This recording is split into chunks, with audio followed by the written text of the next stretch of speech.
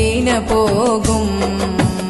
ഇരപ്പകൽ വേദ മണ്ണിൽ തിരു ഹബീബിൻ റൗള തേടി ഒരു നാൾ ഞാനും മദീന പോകും.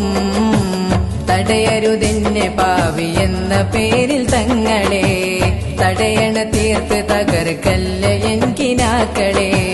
പറയാൻ അർഹതയില്ലെന്നറിയാമെങ്കിലും, പറയാൻ അർഹതയില്ലെന്നറിയാമെങ്കിലും, പല നാളായി കൊതിച്ചൊരാഗ്രഹമാം തിങ്കളെ.